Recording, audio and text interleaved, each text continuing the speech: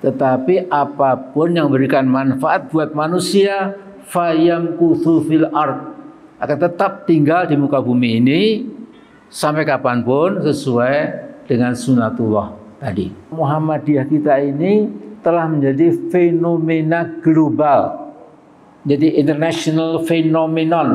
Ya, dulu saya menyiapkan argumen-argumen dari berbagai bacaan saya internasional. Ya, kemudian waktu itu saya mengatakan bahwa tambang emas, perak, tembaga di Papua, Freeport McMoran itu adalah sangat kurang ajar. Karena bukan saja jadi negara dalam negara, tapi ini negara di atas negara. Assalamualaikum warahmatullahi wabarakatuh. Innal hamdalillah nahmaduhu wa nasta'inuhu wa nastaghfiruh wa na'udzu billahi min syurri anfusina wa sayyiati a'malina may yahdihillahu wa huwal muhtadi wa may yudlil fa ulaika humul khasirun. Amma ba'd. Seluruh hadirin hadirat tanpa kecuali yang dimuliakan Allah, yang saya hormati, saya cintai.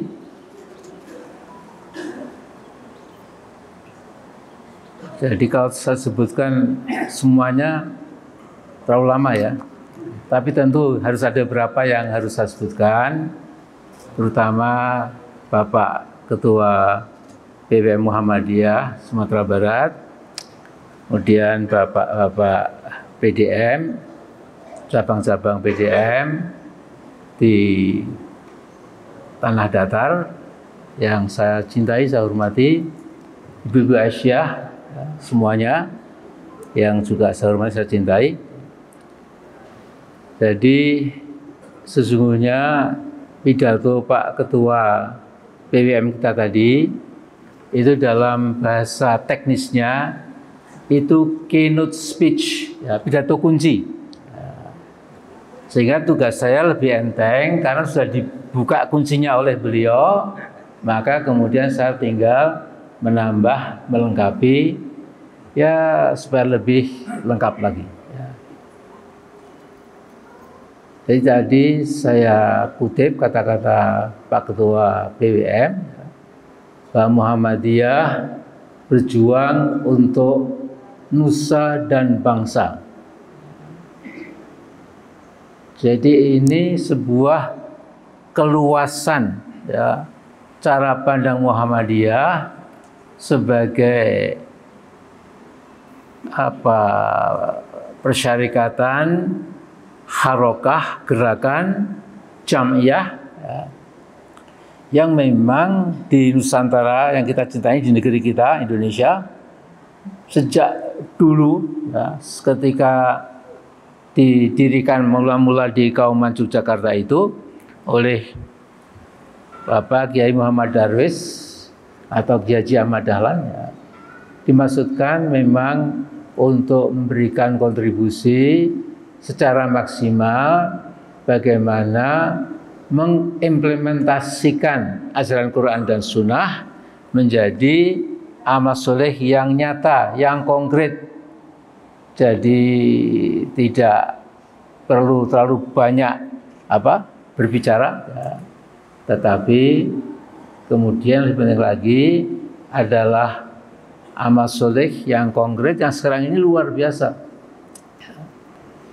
Jadi saya kebetulan diberi Allah sebagai hambanya bisa mengelilingi dunia kita ini. Ya. Saya sudah pergi ke 5 benua, terutama di al-alam al-islami, ya, dunia Islam itu.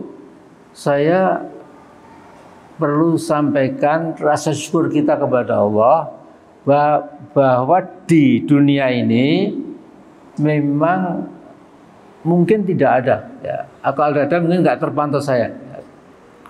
ada kumpulan kaum muslimin, kaum muslimat, kaum mukminin, kaum mukminat yang dengan kerja bersama itu ya, dengan apa an-nida atau semboyan al-amru bil ma'ruf wa nahyu 'anil munkar itu menjadi ya telah mengejawantah di negara kita ini ya. Sehingga memang ya, tidak berlebihan kalau saya sebagai kita kader Muhammadiyah mengatakan alhamdulillahirabbil alamin ya, lewat Muhammadiyah ini kita bisa berkhidmat kepada agama Allah dengan mendirikan entah berapa ribu taman kanak-kanak ya, entah berapa ratus ya, sekolah dasar sampai SMA dan ratusan perguruan tinggi, apakah itu akademi, institut, universitas ya. Memang ini sebuah performance ya, yang tidak mungkin kalau kita tidak berhimpun dalam Muhammadiyah yang kita cintai ini ya. Sekaya-kaya orang ya, mana mungkin bisa membangun terus Muhammadiyah yang saya kira orang-orang Timur Tengah pun itu walaupun kaya raya ya, tapi ketika kita ajak pergi ke UM Malang, ke UM Yogyakarta, ke UM Surakarta dan lain-lain, mereka mengatakan dari mana ini Muhammadiyah bisa membuat bangunan yang menakjubkan itu ya. Dan kita katakan ya dari saku Muhammadiyah sendiri, dari gerakan infak amal soleh Muhammadiyah, sehingga jadilah berbagai bangunan monumental, apakah itu rumah sakit umum, apakah kampus-kampus yang dahsyat itu ya. Sehingga mereka katakan dalam bahasa amiyahnya itu mismaul, tidak masuk akal gitu. Ini sesuatu yang perlu menghasung kita. Insya Allah kita sudah on the right track ya. Jadi dalam Quran itu ada hukum besi sejarah, hukum besi sunnatullah yang berbunyi fa'amazzabatu fa'adhabu jufa'a wa amma manfa'un nas fayamkuthu fil ard. Adapun buih atau untuk dalam bahasa lokalnya itu ya, ya buih itu tidak pernah lama umurnya, beberapa detik pecah ya, ada buih baru pecah lagi ya. Itu kemudian yasirna, tidak ada bekasnya lagi. Tetapi apapun yang memberikan manfaat buat manusia fayamkuthu fil ard, akan tetap tinggal di muka bumi ini sampai kapanpun sesuai dengan sunnatullah tadi ya. Jadi kita bersyukur bergabung di Muhammadiyah. Bahkan saya dalam beberapa kesempatan menceritakan semacam cerita imajiner ya, tetapi tidak mengawang-awang tanpa logika keislaman ya.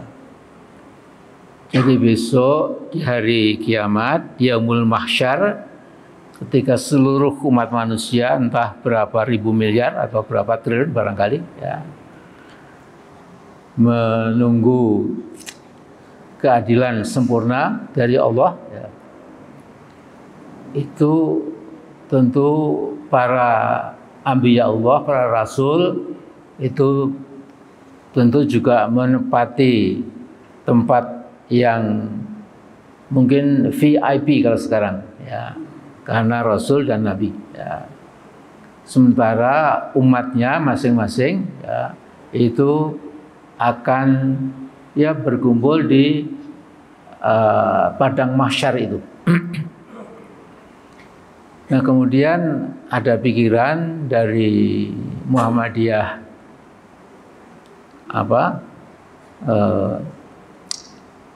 Padang ya, Sumatera Barat ya. Kalau nggak salah dari tanah datar ya, itu besok ini cerita imajiner saya ya. ini pemuda dari tanah datar ini menemui malaikat.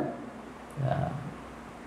Pak malaikat, bisa enggak Pak malaikat membuatkan kita tiang bendera yang tingginya 5 km, ya. Kemudian benderanya itu ya kira-kira setengah kilometer, ya, panjang dan luasnya, pokoknya besar sekali. Ya. Malaikat tanya, untuk apa? Ya supaya Nabi kita, ya, karena kita punya gerakan namanya Muhammadiyah, yang perempuan Aisyah, itu kita betul-betul jadikan Nabi itu uswah hasanah kita, panutan kita. Ya mudah-mudahan Nabi bisa membaca dari jauh bendera Muhammadiyah itu. Ya. Kemudian diberikan apa yang diminta itu. Nah, kemudian karena begitu tingginya dan besarnya bendera itu, maka Nabi dari kejauhan melihat kok ada bendera hijau, tulisannya nggak begitu jelas dari jauh. Kemudian tanya kepada menantunya, ya, Sayyidina Ali radhiyallahu anhu, ya. Ali Ta'ala, sini, itu apa itu? Loh, itu namanya Muhammadiyah, Nabi. Loh, mengapa kok nama saya dibawa-bawa gitu? Nah, kemudian akhirnya Ali bin Thalib ini mendekati rombongan Muhammadiyah yang jumlahnya miliar-miliar itu, ya. Kemudian diminta supaya ketua-ketua umumnya itu menghadap Nabi Muhammad SAW. Ya. Jadi Haji Ahmad Dahlan, Pak Yunus Anis, Pak A.R. Fahrudin, Pak Ahmad Azhar, Pak Amin Rais itu ikut, ya. Pak Din Samsudin, ya. Kemudian yang sekarang ini Maisa Nasir dan lain-lain, ya. Itu menghadap. Kemudian juru bicaranya tentu yang paling bagus bahasa Arabnya itu Pak Ahmad Azhar. Ketika menerangkan, Nabi menjadi terkesan sekali. Ya Allah, Nabi bangga, ya. Sekalipun Indonesia itu ada ribuan kilometer dari tanah suci, tapi ternyata agama yang dibawa Nabi itu menjadi agama andalan di Indonesia.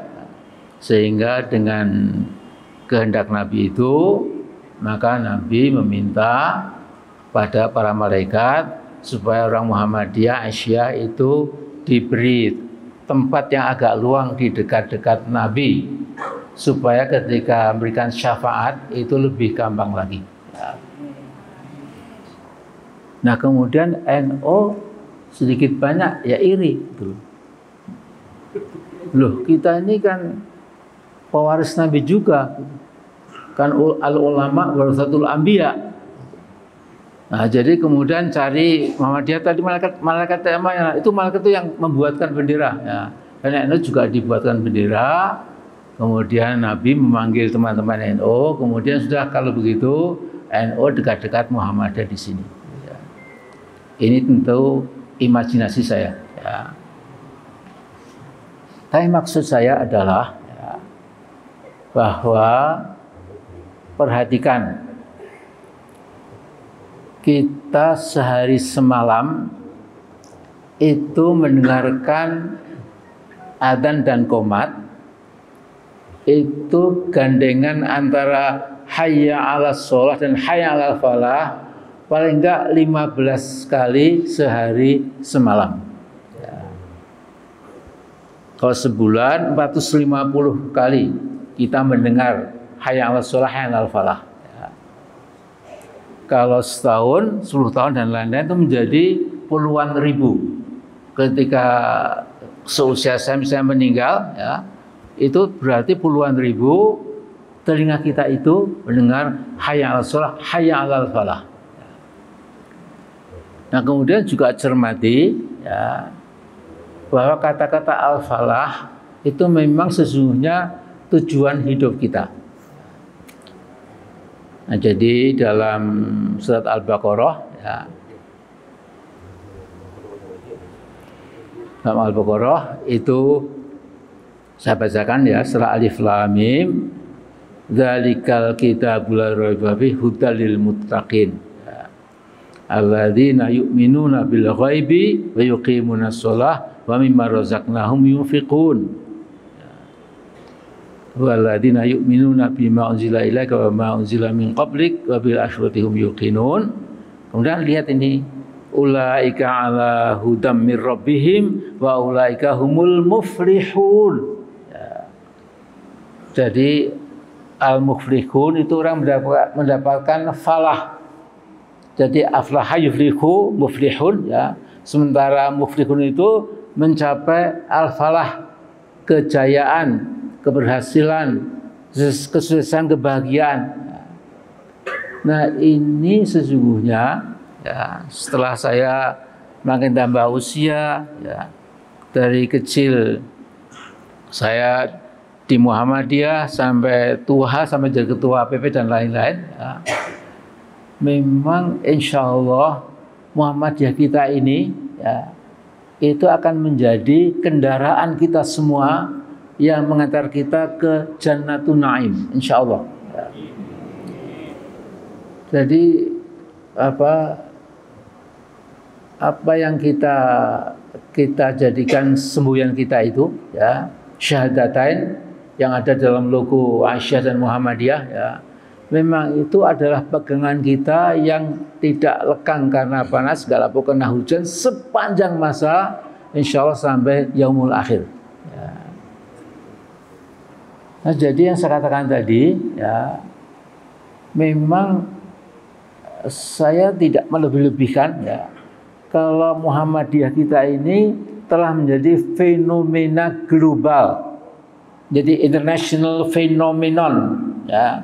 Jadi kenyataan yang nggak terbantahkan bahwa hampir di semua benua itu ya, yang asal usulnya dari Indonesia itu kita sudah melihat Muhammadiyah di Malaysia, di Singapura, di Mesir, di Belanda, di London, di Amerika, di Australia dan lain-lain. Ya. Nah karena itu ya, maka satu hal yang ingin saya garisbawahi adalah kemajuan pemikiran pimpinan pusat Muhammadiyah sekarang ini itu kita kasih nilai 9. Ya. Mengapa? Jadi pimpinan Muhammadiyah sekarang ini pusat ya, itu tadi dikuat oleh Pak Ketua PWM ya, bahwa silahkan pengurus Muhammadiyah yang menjadi caleg ya, tetap berjuang ya, untuk pencalekannya supaya berhasil, cuma sementara itu nonaktif saja. Ya. Kalau dulu ya, sebelum ini itu sedikit kurang pas ya. Siapapun pengurus pimpinan Muhammadiyah jadi caleg dari partai manapun harus keluar. Wah, jadi keras sekali ya. Jadi kalau Nabi mendengar ini mungkin akan dijual orang itu ya.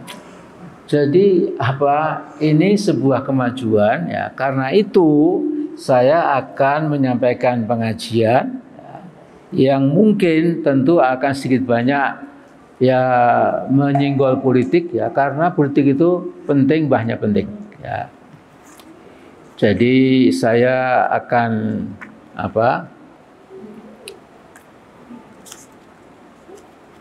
akan menyampaikan asal usul ya. Asal usul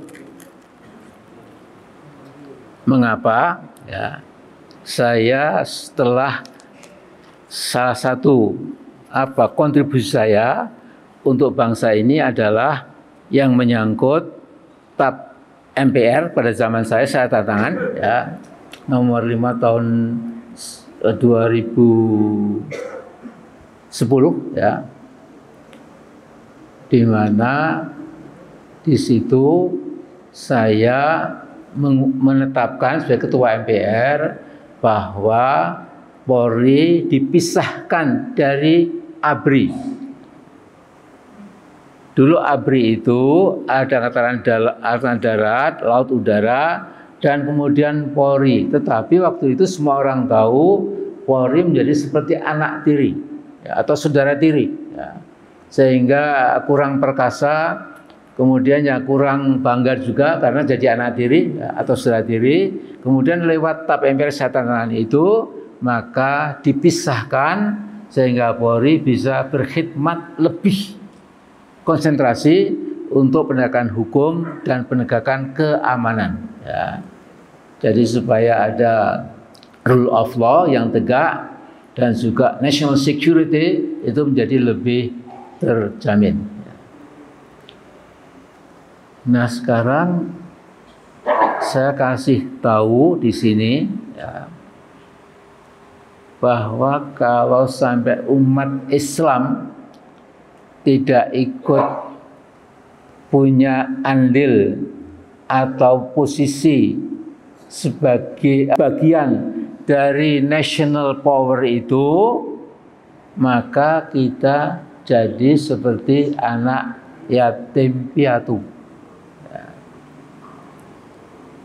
Jadi saya ingat tahun 80-an itu, sudah saya coba wakil ketua pimpinan pusat Muhammadiyah, betapa sering Muhammadiyah di sebuah provinsi memberikan rumah sakit PKO, sudah tanahnya milik kita, uang untuk bangun juga sudah ada makinnya dan lain-lain.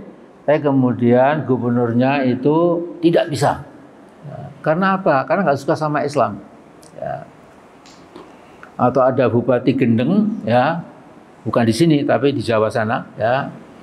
Itu misalnya Aisyah membuat PKIA itu juga tidak bisa. Alasannya semuanya tidak bisa, gitu loh. Ini ya, hal seperti ini itu gara-gara kita tidak punya pijakan politik di dalam struktur kekuasaan nasional. Nah sekarang saya kasih contoh supaya Anda semua, ibu, bapak-bapak, saudara-saudaraku, ya, paham. Ya. Ketika saya jadi ketua MPR,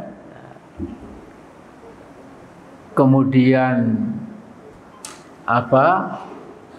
waktu membagi-bagi kekuasaan itu, maka yang membagi-bagi itu orang 4. Ya.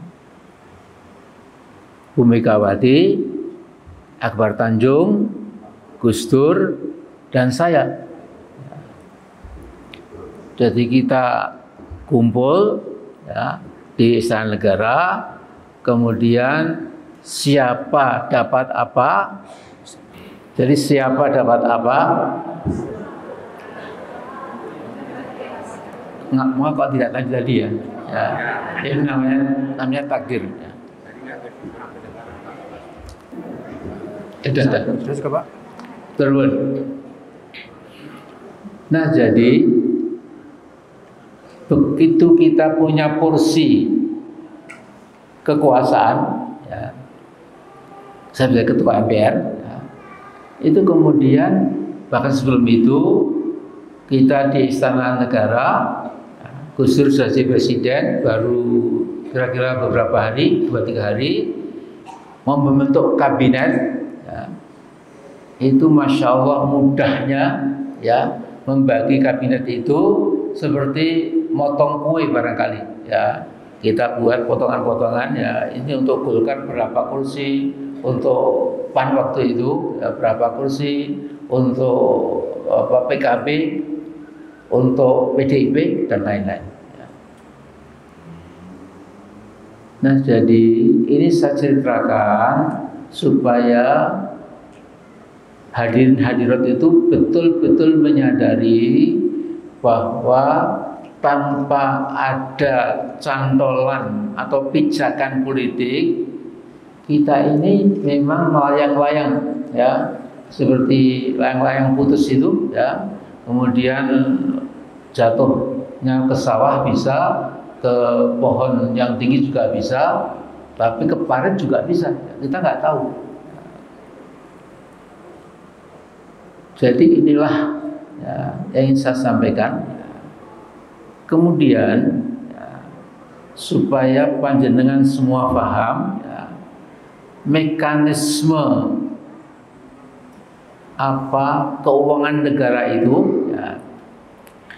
itu memang tidak lepas dari permainan antara pemerintah eksekutif dengan legislatif. Legislatif itu punya beberapa komisi, di mana komisi ini dibagi-bagi sesuai dengan kabinetnya. Jadi ada komisi politik dan hukum, komisi sosial budaya, komisi agama dan lain sebagainya. Nah, kalau kita tidak punya perwakilan di DPR RI, maka betul-betul kita menjadi tidak punya kekuatan politik. Jadi mau apa saja membuat amal soleh yang berupa rumah sakit, sekolahan, madrasah dan lain-lain, itu kalau tidak ada pijakan politik, maka gubernur atau bupati seenaknya tidak bisa selesai. Kita mungkin cuap-cuap di media sosial itu pun juga akan digubris. Nah, karena itu ini penting sekali. Dan saya bergembira bahwa insya Allah nanti untuk DPR RI itu ada tokoh Muhammadiyah dari Jogja. Memang orang Palembang, tapi Palembang Padang kan dulu-dulunya kan juga ada sejarahnya kan ada kedekatan juga. Jadi Palembang, Minang, sampai ke Rempang kalau tidak salah. Ketika ke Rempang dia asik sekali karena merasa Rempang bagian dari dulu-dulunya itu bagian dari perjuangan beberapa suku-suku yang menghuni di Nusantara kita ini. Nah, lantas apa yang mesti kita kerjakan? Yang pertama, memang harus kita ingat dulu, tidak mungkin merubah negeri kita ini dengan cara-cara ekstra demokrasi atau ekstra konstitusional, apalagi sampai berontak. Jadi tidak ada ceritanya sejak kita merdeka sampai sekarang ada orang berontak itu berhasil. Dulu di sini ada gerakan PRRI Permesta tahun 57. Waktu itu karena Pak Nasir itu idola keluarga kami, maka ibu saya mengatakan, amin, kalau besok PRRI menang kita pindah ke Sumatera Barat. Untungnya kalah barangkali, atau Allah tidak menghendaki supaya kita tetap satu. Nah, kemudian sekalian, yang ingin saya sampaikan di sini adalah kita ini negeri Muslim terbesar di muka bumi, tetapi dalam tubuh bangsa itu dulu pernah ada kekuatan ateis, kekuatan Leninis, Marxis, komunis, yang itu dari ujung kaki sampai ujung rambut memang anti kepada agama. Jadi buat komunisme, agama itu candu, racun buat masyarakat. Kebetulan ini orang komunis yang anti Tuhan sama orang-orang Barat yang bukan komunis itu juga kapitalis, tapi argumennya itu mirip, supaya kaum kapitalis itu tetap kaya, nggak diusik kekayaannya, supaya buruh atau kaum proletariat, kaum pekerja itu tidak macam-macam, maka mereka menghibur dengan mengatakan bahwa sekalipun kamu di dunia ini menjadi bagian anak bangsa yang ya kurus, kerempeng karena kurang gizi, ya, kemudian tetap bodoh karena nggak sempat dapat pendidikan yang memadai dan lain-lain, tetapi kamu tenang saja. Di dunia kamu merana, tapi besok di akhirat kamu dapat surga. Ini adalah trik busuk ya dari orang-orang kapitalis maupun trik yang juga lebih busuk dari orang komunis. Nah karena itu kadang-kadang pun di kalangan kita itu saya tidak sadar itu juga kena uap-uap atau aliran pikiran seperti itu, sehingga pernah saya di sebuah masjid agak di pinggir kota, saat Jumatan, kemudian khotibnya ya masih muda, ya, tapi pikirannya udah tua sekali, ya, mengatakan hadirin jamaah Jumat yang saya hormati. Saya bicara macam-macam, walaupun umat Islam di negeri kita ini memang tidak mendapatkan kebahagiaan kehidupan dunia, rata-rata kita kaum du'afa, kita rata-rata menjadi kaum mustad'afin, jangan marah, kita bersabar, tapi insya Allah besok kita masuk surga. Lucunya kemudian juga amin. Bukan amin yang ini sekarang ini ya, tapi amin zaman dulu itu ya. Nah kemudian ya saya berpikir ini sedikit kurang pas ini ya. Itu berarti kan tidak mendorong, menghasung supaya orang Islam bekerja merebut dunia, kan begitu ya. Tapi malah nggak apa-apalah, tenang-tenang saja. Sekarang kita ya seadanya, pas-pasan gitu. Agak miskin ya kita nikmati kemiskinan itu dengan harapan besok mendapatkan ya Jannatul Firdaus, Jannatul Naim dan lain sebagainya. Nah ini jelas keliru ya.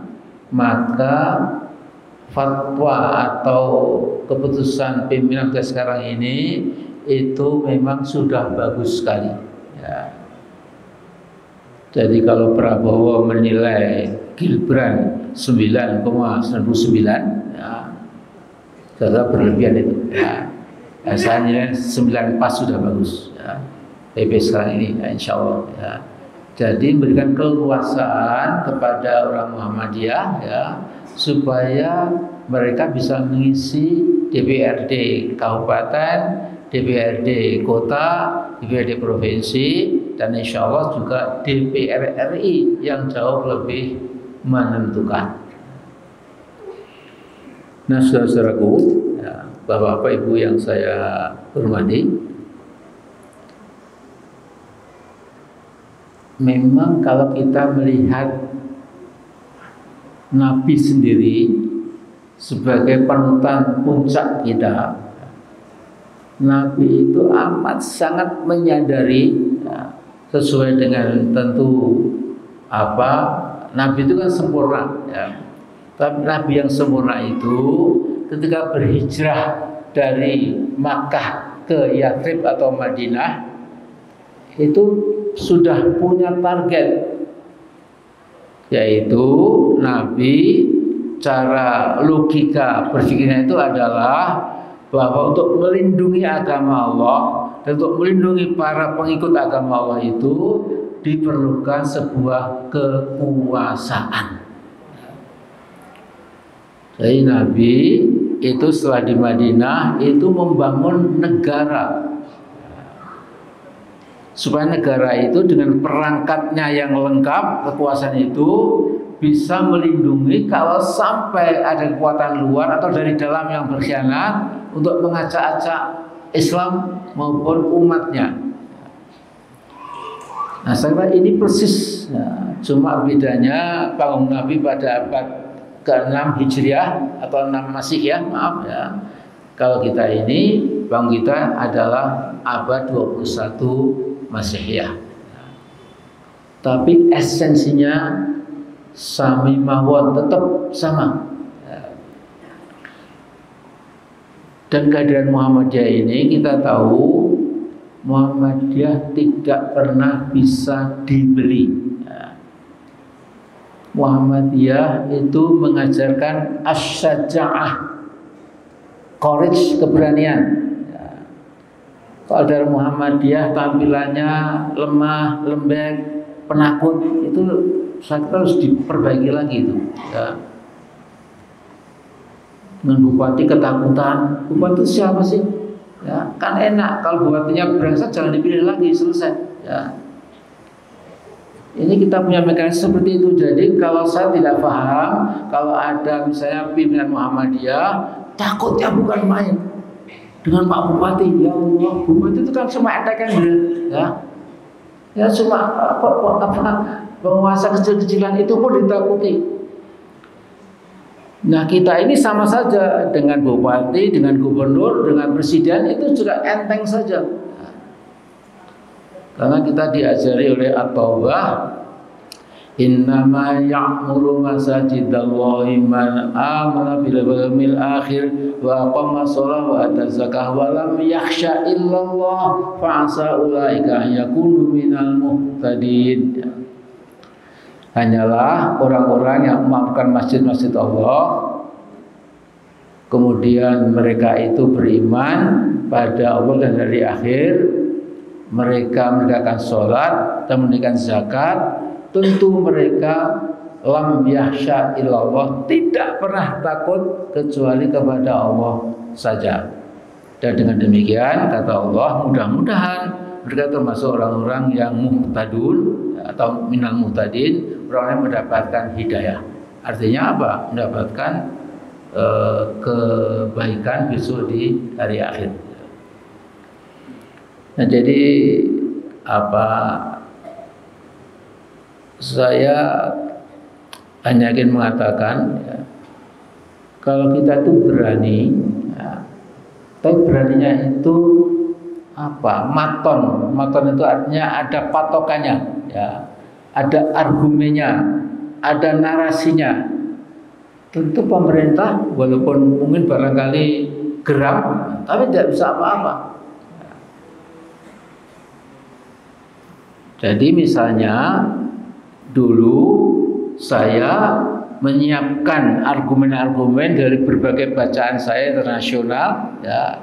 Kemudian waktu itu saya mengatakan bahwa tambang emas, perak, tembaga di Papua, Freeport McMoran itu adalah sangat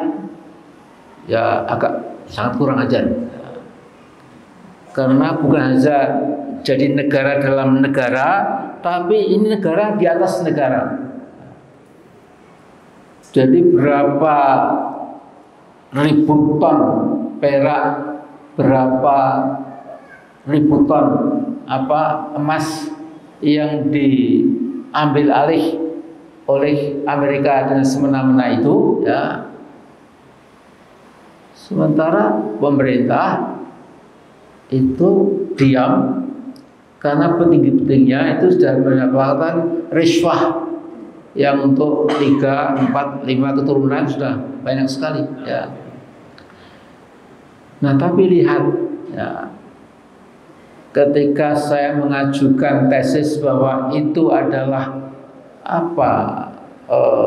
pembajakan dan penjajahan ekonomi buat negeri kita ini, ya.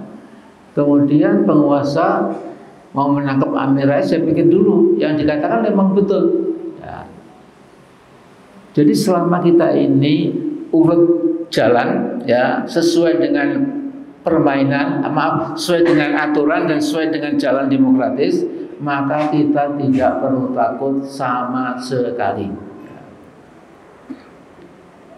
Karena kalau kita itu mengembangkan budaya takut, nanti penguasa itu megang kepala kita seenaknya. Ini Muhammadiyah, enteng. Ya. Itu karena kesalahan kita sendiri. Ya. Jadi kita perlu membangkitkan as-syaja'ah, moral courage. Ya. di kalangan kita warga Muhammadiyah yang menjadi insya Allah wacana kita ini mengantarkan kita sekali lagi ke Jannatun Naim. Nah, kalau kondisi bangsa kita sekarang ini memang jelas ya tidak, tidak baik-baik saja. Ya. Jadi ada kenyataan-kenyataan yang memilukan. Ya. Negaranya kaya raya, pertambangannya, kehutanannya, pertaniannya dan lain-lain. Nah, tapi sebagian besar rakyat itu hidup kembang kempis. Ya.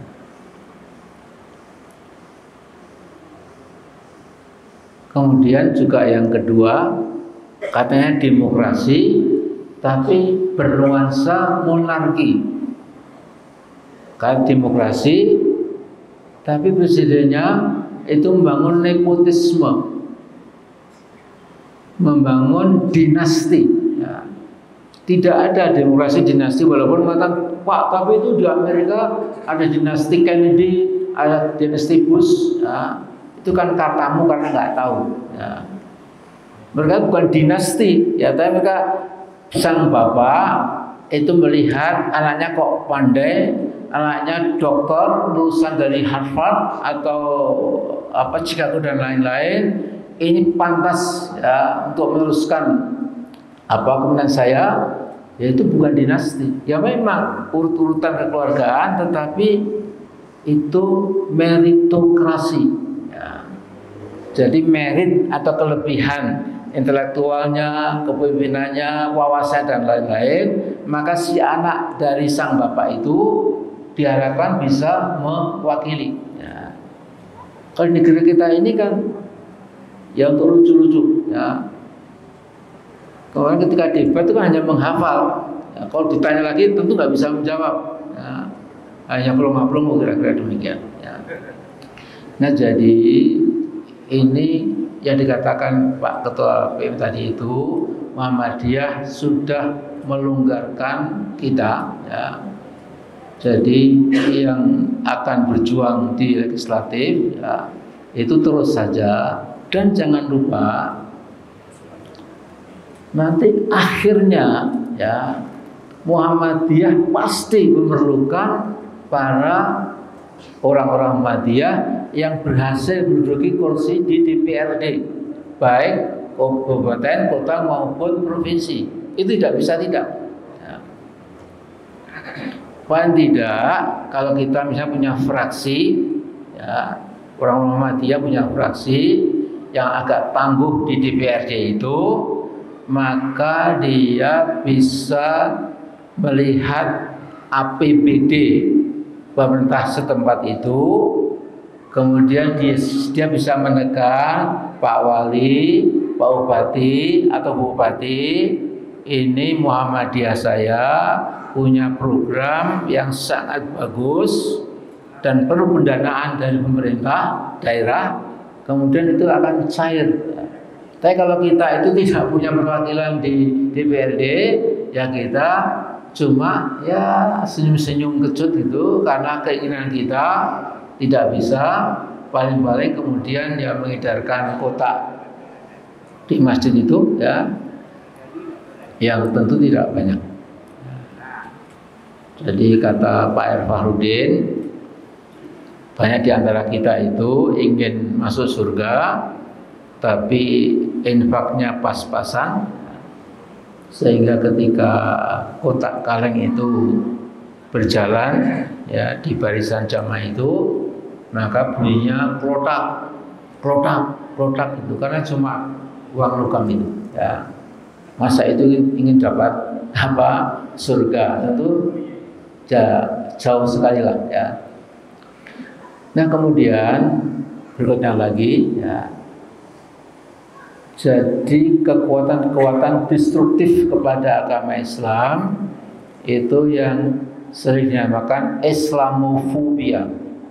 Itu penyakit anti-Islam ya, semata-mata ya karena benci titik. Mengapa kau benci? Ya tidak apa-apa, saya nggak suka titik. Jadi waman aku minhum illa anyakulu. Jadi mereka tidak melakukan serangan ya, kepada orang beriman, kecuali orang beriman itu bahwa kami beriman kepada Allah yang maha terpuji dan maha perkasa. Bila yu'minu billahi azizil hamid. Ya. Nah, saudara sekalian, jadi ini saya ingin sampaikan bahwa dakwah dan politik itu memang harus paralel. Ya. Kita berdakwah semaksimal apapun, tapi kalau tidak ada political backup, tidak belakangnya tidak ada kekuasaan, ya, maka dakwah kita itu menjadi seperti ya disapu oleh angin, ya, tidak bisa menancap menjadi amal soleh yang konkret. Sehingga inilah yang ingin saya garis bawahi, supaya kita semua harus menyadari, meyakini bahwa kita perlu kekuatan politik, kekuasaan di negeri yang namanya Indonesia ini. Nah, kemudian yang ketiga, kekuatan-kekuatan dalam negeri yang nggak sesuai kepada agama Allah itu tidak berdiri sendiri. Mereka punya jaringan dengan luar negeri. Kalau yang komunis jaringannya ke PKC, ke Beijing, ke Shanghai, ke Shenzhen, ke Guangdong dan lain-lain. Tetapi kalau yang bukan komunis itu ya, saya tidak ingin terlalu jelas nanti dianggap berbau sara, tetapi artinya non muslim itu ada yang toleran, ya, bisa paham ini negeri kita negara majmuk, harus secara berdampingan damai, ya. Tapi ada ekstremis dari non muslim itu yang memang matanya itu keri, ya, melihat masjid, melihat jamaah, melihat amal usaha Islam yang bagus, ya, sehingga mereka ikut-ikutan di dalam melemahkan, ya, kekuatan agama Allah maupun kita semua para pengikut Islam, kita muslimat, mukmin, mukminat. Ya. Nah, karena itu memang, ya, yang saya kadang-kadang merasa sedikit kekuk, ya. Kekuk itu apa? Kekuk itu tidak sreg, ya.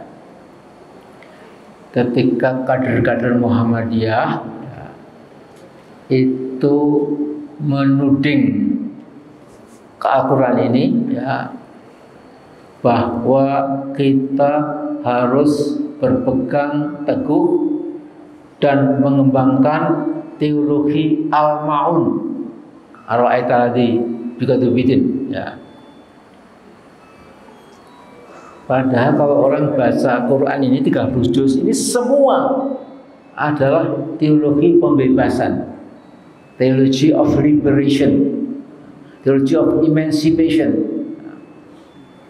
Nah, jadi ini kadang-kadang, ya, kita bicara sesuatu tetapi malah mengkerdilkan Al-Quran. Nah, masa cuma Al-Ma'un, ya, yang akan membebaskan kita.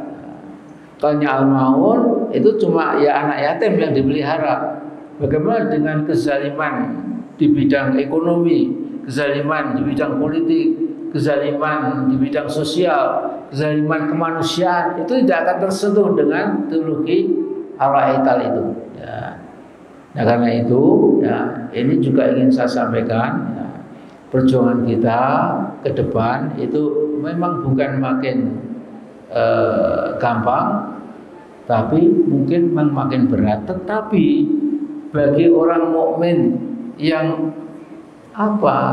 yang sudah paham Islam itu, makin banyak tantangan itu kita makin bergairah, ya, makin malah makin bangga, makin punya hamasah punya burning desire ya, bagaimana supaya kita membela agama kita ini dengan cara yang tangkas, yang berani dan sebijak dan sebagus mungkin.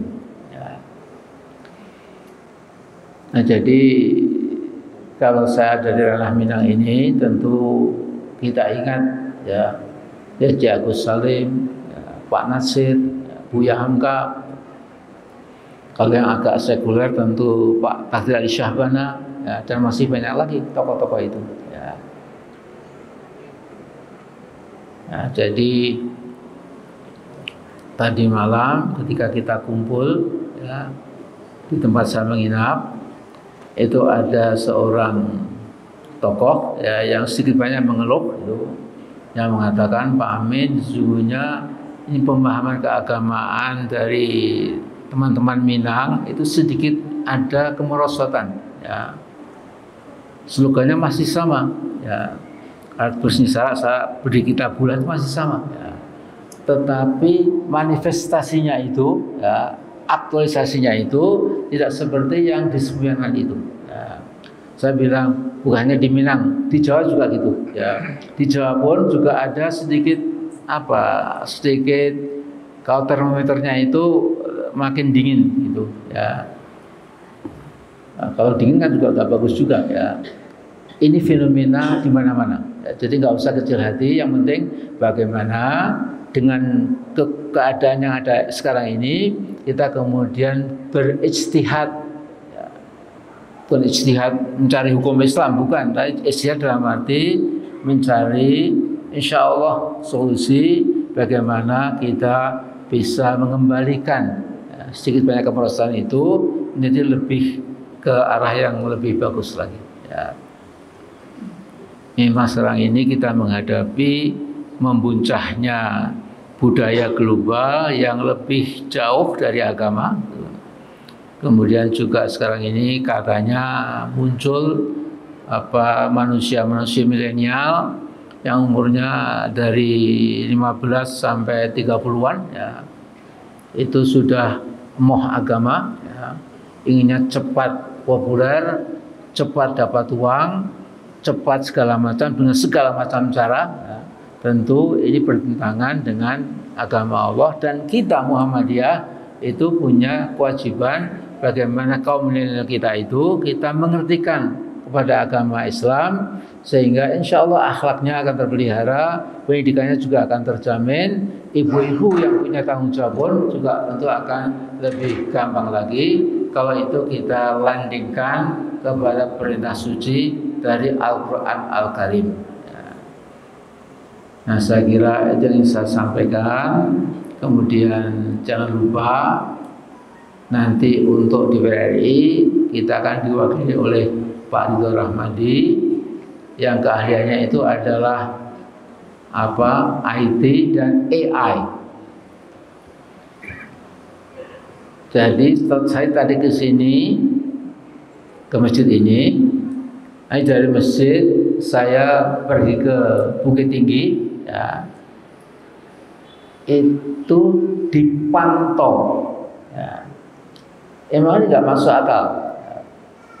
Jadi Bapak Ibu semua itu misalnya sudah naik mobil, kemudian ketik-ketik ya lewat handphone itu, saya berada di tanah datar, saya mau ke Palembang, tolong dibimbing.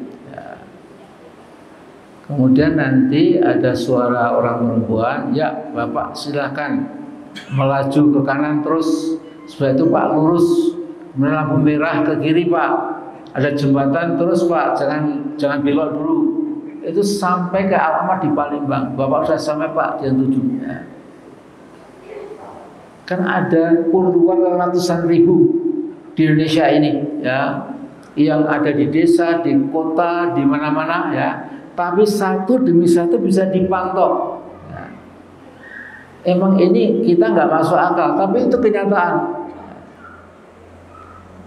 Tahun 80-an saya di Jerman ya dengan Edi Oswi, teman saya dari Bukit Tinggi ya.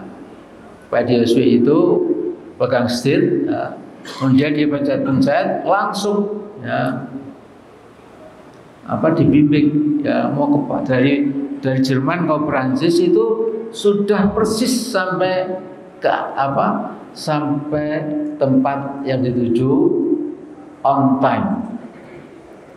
Ya kita tanya masih berapa? Ya masih 30 menit lagi karena 360 km dan lain-lain. Ya. Jadi ini kan nggak masuk akal buat kita loh ya. Saya juga kalau Pak Edo bisa menerangkan, tapi saya kan buta itu. Ya. Saya cuma kagum saja. Ya.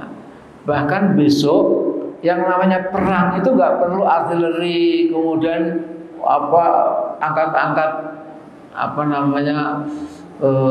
senjata, tidak perlu lagi. Ya. Yang perang itu drone. Ya. Nggak usah ada pesawat terbang, nggak ada tank, nggak ada panzer, ya nggak ada. Duduk saja manis. Itu yang bertempur adalah drone. Drone itu bisa terbang rendah, bisa tinggi sesuai dengan yang dimaui ya. Kemudian drone ini bahkan bisa menyasar orang yang dicari.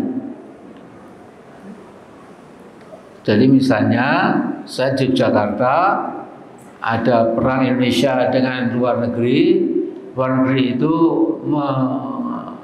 meminta drone-nya itu cari Amin Rais sampai ketemu di Jogja, kemudian nanti patok kepalanya lewat jadi ada drone kecil ya sebesar tangan ini ya, yang paling baru itu punya sensor yang sangat tajam ya, dia bisa mencari alamat rumah kita atau tempat kita bekerja, kemudian bisa mengikuti kapan-kapan ada peluang maka kepala yang diincar itu akan dipatok ya. Memang drone-nya juga mati ya, habis, tapi orang itu juga mati ya.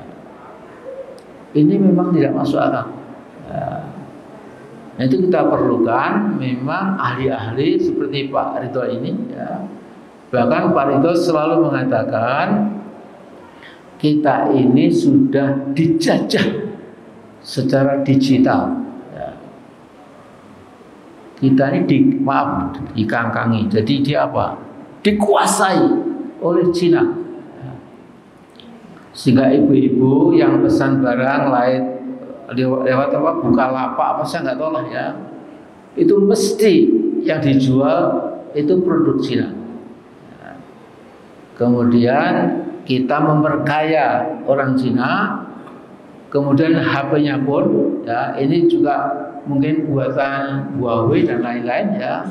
Jadi kita ini dari alif batak sampai ya itu sudah menjadi pelayan kacung Cina. Nah lucunya mengapa Jokowi kok tenang saja, kok tidak punya pikiran bagaimana menghentikan ini, tidak meminta tokoh-tokoh IT dan AI supaya kita bisa bebas dari terekaman digital itu ya. Yang bisa menjawab tentu Jokowi sendiri dan bapak asuhnya Xi Jinping ya. Nah jadi saya kira itu ya. Kemudian saya terima kasih sekali, saya tidak menduga yang datang banyak sekali ya. Jadi kalau ada masukan dari saya yang bagus dan benar itu dari Allah ya. Tapi kalau ada yang nggak pas itu mungkin keterbatasan akal saya. Jadi saya mohon maaf. Dan mari kita tutup dengan doa bersama-sama. A'udzubillahi minasyaitonirrajim. Bismillahirrahmanirrahim. Inna Allaha wa malaikatahu yusholluna 'alan nabi. Ya ayyuhalladzina amanu shallu 'alaihi wa sallimu taslima. Allahumma ighfir lil muslimina wal muslimat wal mu'minina wal mu'minat al ahya'i minhum wal amwat innaka sami'un qaribun mujibud da'wat fa ya qadiyal hajat. Rabbana la tu'akhidna in nasina aw akhtana rabbana wa la tahmil alaina isran kama hamaltahu 'alal ladzina min qablina ربنا ولا تحملنا ما لا طاقة لنا به واعف عنا واغفر لنا وارحمنا أنت مولانا فانصرنا على القوم الكافرين ربنا عليك توكلنا وإليك أنبنا وإليك المصير ربنا لا تجعلنا فتنة للذين كفروا واغفر لنا ربنا إنك أنت العزيز الحكيم ربنا دخلنا مدخل الصدق وأخرجنا مخرج الصدق واجعل لنا من لدنك سلطانا نصيرا اللهم يا سامع الصوت ويا سابق الفوت ويا كاسي العظام لحما بعد الموت صل على محمد وعلى آل محمد اللهم لا تدع لنا ذنبا إلا غفرته ولا هما إلا فرجته ولا دينا إلا قضيته ولا بغيا إلا قطعته ولا عدوا إلا خذلته ولا عسرا إلا يسرته ولا عيبا إلا سترته ولا حاجة من حوائج الآخرة إلا قضيتها يا أرحم الراحمين ربنا ظلمنا أنفسنا وإن لم تغفر لنا وترحمنا لنكونن من الخاسرين ربنا أصلح لنا ديننا الذي هو عصمة أمرنا وأصلح لنا دنيانا التي فيها معاشنا وأصلح لنا آخرتنا التي إليها معادنا اللهم اجعل الحياة زيادة لنا في كل خير واجعل الموت راحة لنا من كل شر اللهم اجعل يومنا خيرا من أمسنا واجعل غدنا خيرا من يومنا ربنا آتنا في الدنيا حسنة وفي الآخرة حسنة وقنا عذاب النار وصلى الله على سيدنا محمد وعلى آله وصحبه وسلم سبحان ربك رب العزة عما يصفون وسلام على المرسلين والحمد لله رب العالمين السلام عليكم ورحمة الله وبركاته